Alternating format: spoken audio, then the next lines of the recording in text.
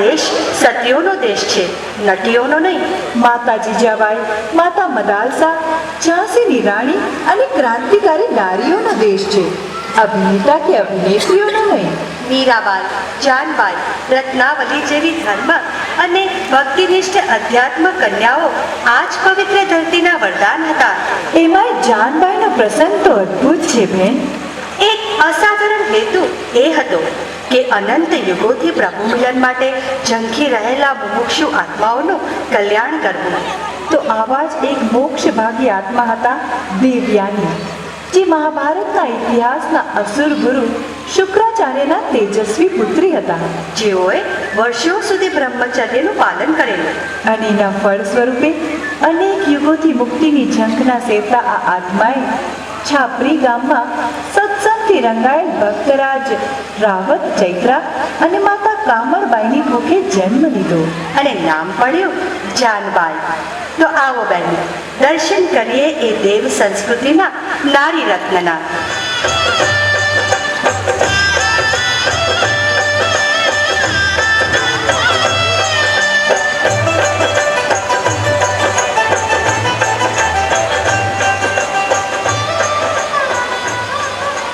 બેટા જાનુ. હા માં. બેટા, અમે મહારાજના દર્શન કરવા ગઢડા જઈએ છીએ, તું પણ ચાલ.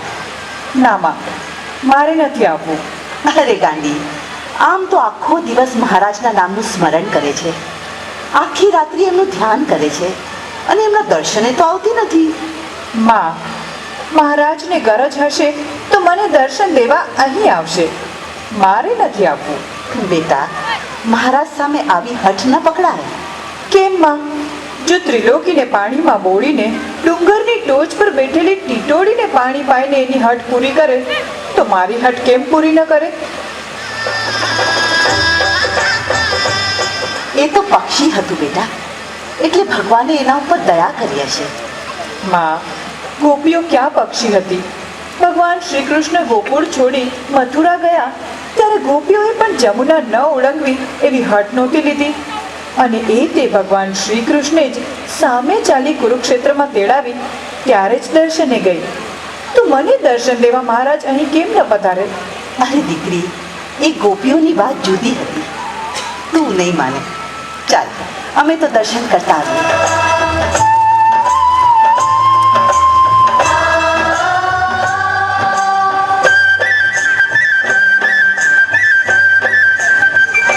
મહારાજ પ્રણામ. આવો કામળબાઈ, કેમ અમારી જાનુને ન લાવ્યા? મહારાજ, એ ગાંડી તો હઠ લઈને બેઠી છે કે મહારાજને ગરજ હશે તો મને દર્શન દેવા અહીં આવશે. હા, જાનુ તો દિવ્યાની ખરીને, શુક્રાચાર્યની દીકરી એટલે માન તો હોય જ ને. વળી જાનુ તો બહુ લોભી નીકળી, અમારા સ્પર્શથી પોતે તો પાવન થઈ, હવે એને તો આખા છાપરી ગામને પણ અમારી પદરસથી પાવન કરાવવું છે. ભલે ભલે કામળબાઈ, અમારી જાનુની હઠ પૂરી કરવા ગરજુ થઈને અમે પણ દર્શન દેવા આવશું. ભલે મહારાજ, છાપરી ગામ પાવન થઈ જશે.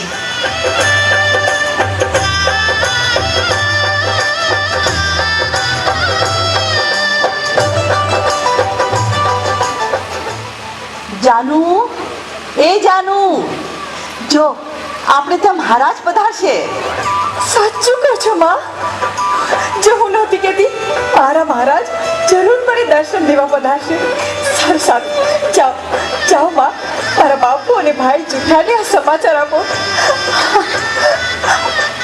અરે બહેનો, આવો આવો, મારા પ્રીતમ પધારે છે.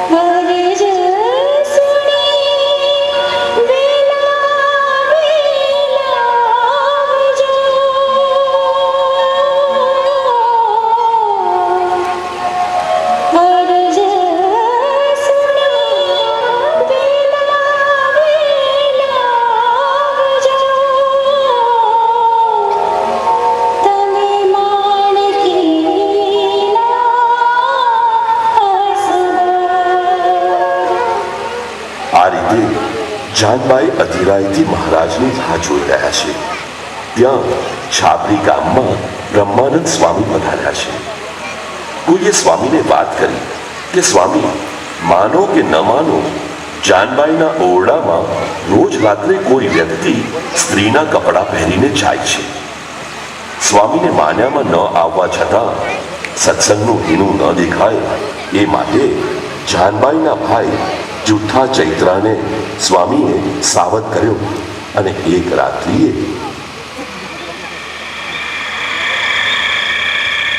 આજે ભલે આખી રાત જાગવું પડે, પણ શંકાનું સમાધાન તો કરવું જ પડશે.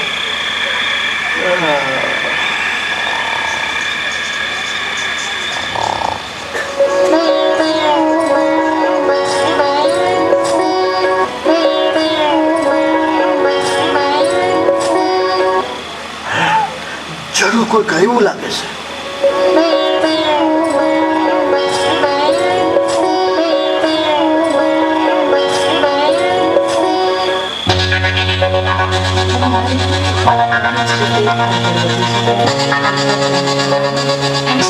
સ્વામીને કોઈ સાચું જ કહ્યું છે.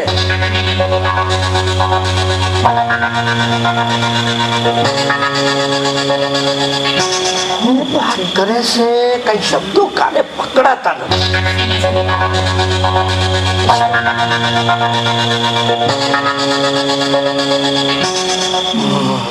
કઈ સંભળાતું નથી. ના છૂટકે મારે બાયણું ઉઘડાવવું જ પડશે.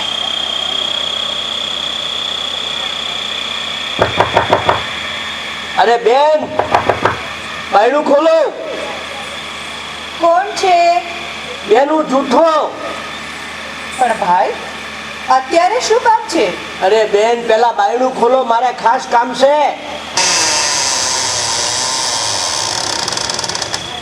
બોલો ભાઈ, શું કામ છે? બેન, કામની વાત પછી પેલા મને એ કહો કે અંદર છે કોણ? અરે ગાંડા, શું જુએ છે? અહીંયા તો કોઈ નથી. અરે હું વાત કરસ બેન, મેં મારી હગી આંખે એક સ્ત્રીને અંદર બેસીને હાકળ વાંચતા જોઈ છે. અરે મેં હગા કાને તમારી વાતચીત અને હસવાનો અવાજ સાંભળ્યો છે. સાચું કહો, કોણ છે એ વ્યક્તિ? અરે તમે અહોમાં બોલતા કેમ નથી? તમે તો સાંખ્ય યોગી છો, બાળ કુંવારા છો. ત્યાં તમારે નીચું જોવાનો, છેર ગોળવાનો કે પેટમાં કટાર વાંકવાનો વખત ન આવે. અરે બેન, સાચું કહું છું, હારે મહારાજ અને સત્સંગ પણ ભોગવવા છે હો. માટે સાચું બોલો, અહીં તમારા સિવાય બીજું કોણ છે? વાહ જુઠ્ઠા વાહ.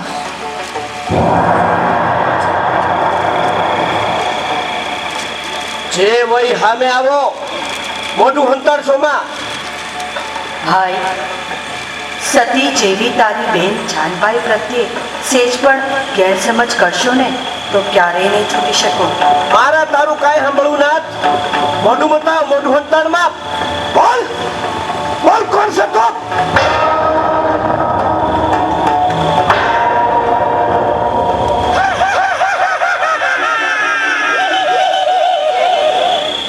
તો જોઈ લે, હું પણ એક સ્ત્રી છું. તારી બેન પાસે સત્સંગ કરવા આવી છું, બાકી બીજું કોઈ નથી. સત્સંગ? બેન, આ કોણ છે?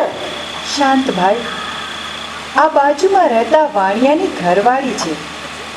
મરીને ચુડેલ થઈ ગઈ છે. પણ ચુડેલ થવાનું કઈ કારણ? ભાઈ, સ્ત્રી ધર્મો નહીં પાડવાનું આ પરિણામ છે. હું કઈ સમજો નહીં પ્રેતાત્મા. ભાઈ, સ્ત્રી ધર્મોમાં રજસ્વલા ધર્મ અતિ મહત્વનું છે. હું રજસ્વલા ધર્મ છુપાવું. મારા પવિત્ર કુટુંબને બારે હાથે રાંધેલ અન્ન જમાડતી, જેના લીધે હું આ પાપ ભોગવી રહી છું. બહેનો, તમે રજસ્વલા ધર્મ પાળો છો. તમારું વિજ્ઞાન પણ કહે છે આ 3 દિવસ સ્ત્રી જાતિ માટે ખૂબ સંભાળવાના દિવસો છે. જરાય સંકોચ રાખશો નહીં. માફ કરજો પ્રેતાત્મા, પરંતુ અહીં રોજ રાત્રે જાનબાઈ સાથે સત્સંગ કરવા આવું છું. તેના મુખેથી ભગવાનની કથા સાંભળી મેં કરેલા પાપોથી છુટકારો લેવા માંગુ છું. થોડા સમયમાં મારો આ ભૌતિક યોનિમાંથી છુટકારો થશે.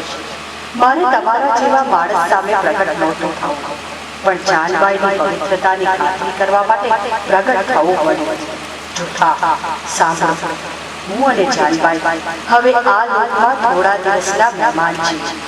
અમે સાથે મહારાજના ધામમાં જઈશું.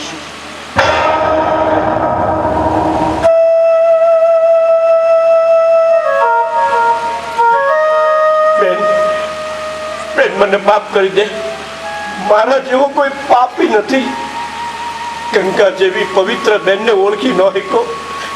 મુજા ભાગ્યને સતીબેન પ્રત્યે શંકા થઈ. મને માફ કરી દો બેન, મને માફ કરી દો. બસ ભાઈ, રડ નહીં. અરે તને જ નહીં, ભલ ભલાની શંકા થાય એવી જ પરિસ્થિતિ હતી. એમાં વાંક તારો નથી. જાઓ ભાઈ, સૂઈ જાઓ. ભલે બેન.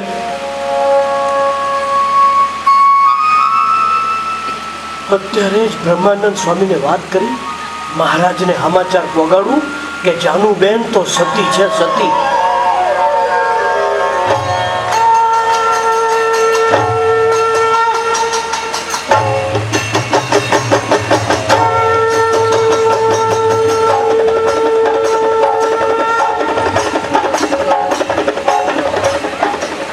બહેનો, અરે જુઓ તો ખરા, મહારાજ પધારી રહ્યા છે. અરે કામળબાઈને જાણ કરો. કામળબાઈ, એ કામળબાઈ! બોલો ને બહેનો. અરે મહારાજ પધાર્યા છે, જલ્દી તૈયારી કરો. શું મારો ભાલો પધારે છે?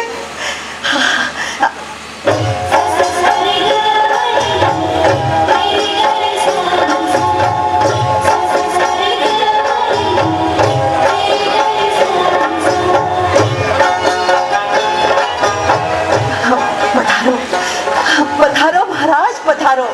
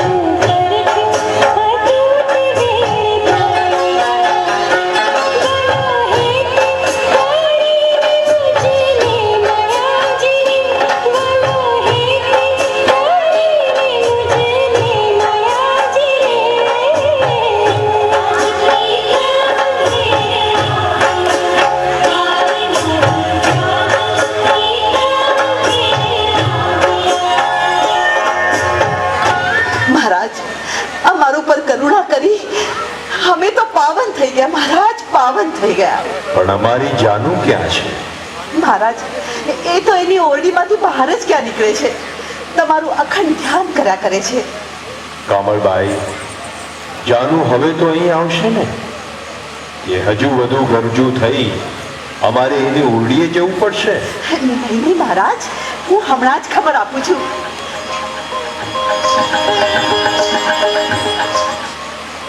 અરે જાનુ, દીકરી જાનુ, અરે જો તો ખરી કોણ આવ્યું છે. કોણ છે માં? અરે કાંડી, મહારાજ પધાર્યા છે, તારી વાટ જુએ છે. ચાલ ચાલ.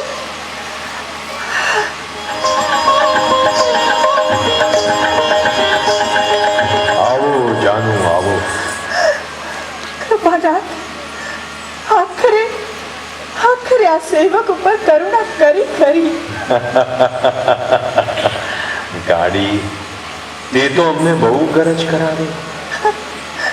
મહારાજ, આખરે તો હું શુક્રાચાર્યની દીકરીને શરીર બદલે પણ સ્વભાવ થોડો બદલે. નહીં જાનભાઈ, તમારા સ્વભાવ તો અમારા ધ્યાનના પ્રતાપે ક્યારનાય ધોવાઈ ગયા છે. મહારાજ, માફ કરજો. જાનભાઈ, તમારા આ ભાવથી જ અમે અહીંયા આવ્યા છીએ. હવે તમારા ઘરમાં જે જન્મશે, કોઈ મહેમાન થઈને આવશે, એ બધાનો ઉદ્ધાર થઈ જશે. મહારાજ, એ તો બધું ઠીક, આપના પ્રતાપથી એ બધાનો ઉદ્ધાર થશે, પણ હવે મારો ક્યારે ઉદ્ધાર કરવો છે? કેટલા દિવસ મને આમ રખડાવી છે તમારે, કેટલા યુગોથી ભટકું છું. હવે મારો આરોબારો ક્યારે આવશે? અમે પામર જીવ તો સદાય તમારા અપરાધી. વાંક ગુના થયા હોય તો માફ કરજો, પણ દયા કરો મહારાજ, દયા કરો અમારા પર. જાનુ, હવે તારે બધું ભટકવું નહીં પડે. બસ 1 મહિના પછી અમે તને ધામમાં તેડી જઈશું. ખરેખર મહારાજ? પણ મહારાજ, હું એકલી નથી. હા, અમે 3 જણીઓ છીએ. જાનુ, બીજી વળી 2 કોણ? બીજી મારી માસીની દીકરી અને ત્રીજી વાણિયાની ઘરવાળી. એ તારે એ બુઢડીને પણ ભેગી તેડી જવી છે? હા મહારાજ, એને પોતે કરેલા પાપોનો ખૂબ જ પસ્તાવો થાય છે. મેં તેમને આપના મહિમાની ખૂબ વાતો કરી છે. સુપાત્ર જીવ છે, કરુણા કરો તો સારું મહારાજ. જેવી તારી ઈચ્છા. જાઓ, મહિના પછી તમને ત્રણેયને અમે એક સાથે અમારા ધામમાં તેડી જઈશું.